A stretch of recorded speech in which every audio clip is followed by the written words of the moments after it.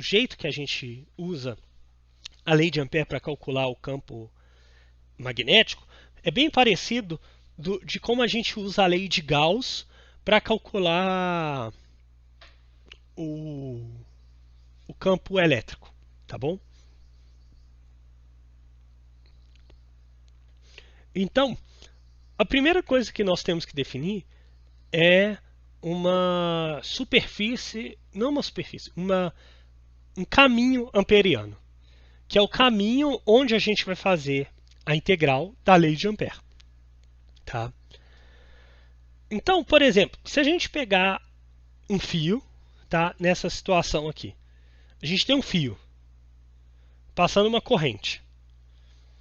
Da mesma maneira que na lei de Gauss a gente pega uma superfície que mantém a simetria do problema, aqui nós vamos pegar um caminho, na lei de Ampère, a gente vai pegar um caminho amperiano que respeita a simetria do problema.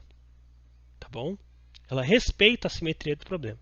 Então, por exemplo, se eu tenho um fio, então, como que eu respeito a simetria do problema? Eu sei que essa simetria aqui é cilíndrica. Então, eu tenho uma simetria azimutal, né, de rotação desse problema. Então, o caminho que eu devo escolher é uma simetria dessa maneira também. Então, eu vou escolher, por exemplo, esse caminho aqui, ó, de fora. Se eu estou pensando, por exemplo, R maior do que Rzão, que o Rzão é o tamanho do fio. Então, quem que é? Aí agora a gente tem que calcular. Quem é a corrente interna? A corrente interna, se Rzinho é maior do que Rzão, Rzão sendo o raio do fio, é a corrente total. Toda a corrente está atravessando a área definida pela minha curva amperiana.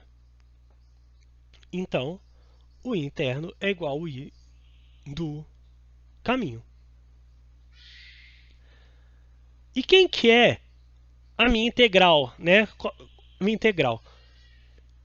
Eu tenho uma distância igual do centro do fio, né, a todos os pontos do caminho. Então, lá por Biot-Savart, a gente viu que se as distâncias são iguais, a magnitude do campo é igual.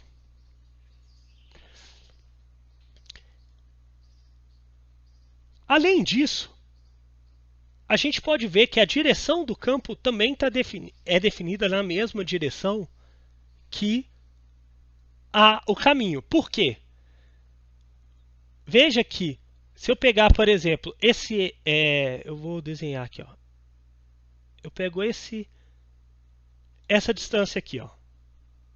Eu acho que ficou. Deixa eu pegar uma cor mais viva para ficar melhor para vocês verem. Eu pego essa distância aqui, ó, em vermelho, né, ligando o centro até o ponto que eu estou calculando o campo. Então eu tenho um plano definido pela corrente e por o versor, né, que liga o centro ao ponto que eu estou calculando o campo. O campo magnético vai estar perpendicular a esse plano. Então, perpendicular. E veja que, se eu fizer isso para qualquer ponto, né, dessa curva, eu vou definir um plano. O campo magnético vai estar, né, aqui o campo magnético vai estar ortogonal ao plano.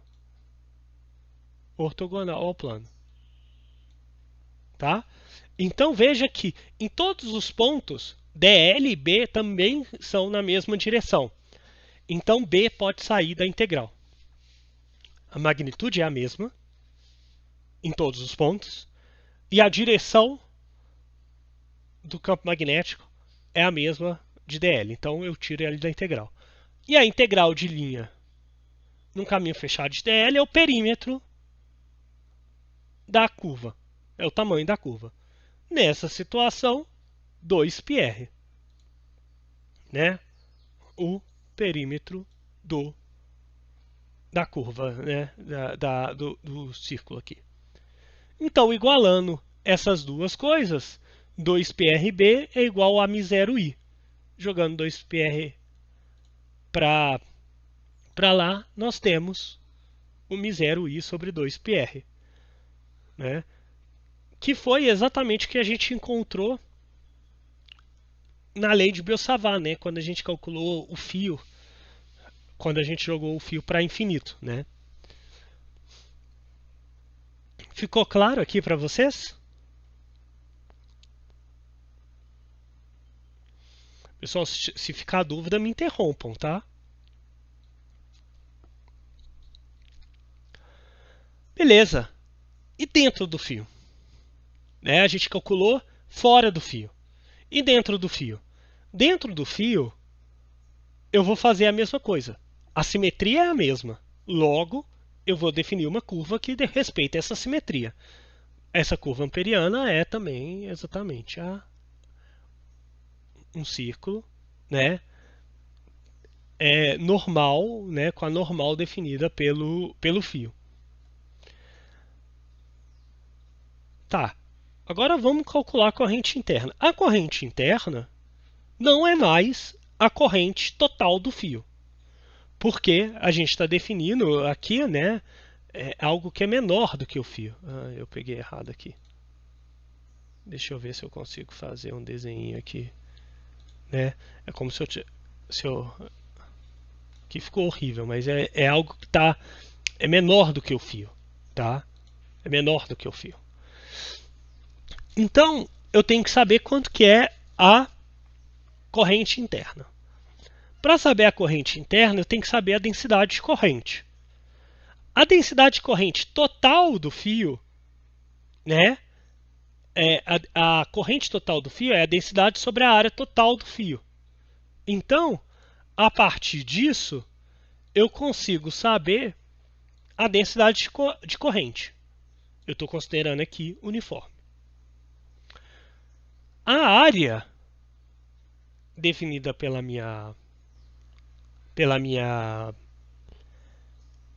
meu caminho amperiano é πr ao quadrado, né? Essa área plana aqui. Estou usando a mais simples. Então, se eu substituir o J dado aqui e o A dado aqui, eu tenho que a minha corrente interna é isso aqui.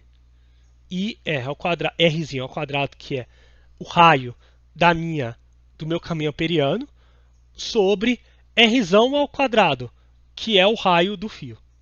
Tá? Beleza, então eu encontrei a corrente interna.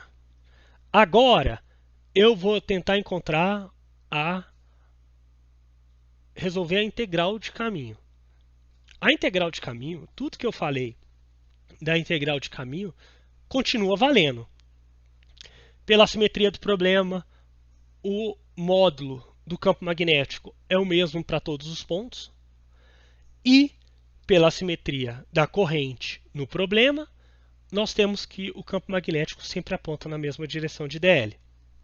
Então, a solução do campo da integral de linha do campo magnético no caminho fechado é o mesmo nos dois casos, 2πrb. Jogando na lei de Ampère, nós temos que a solução, né?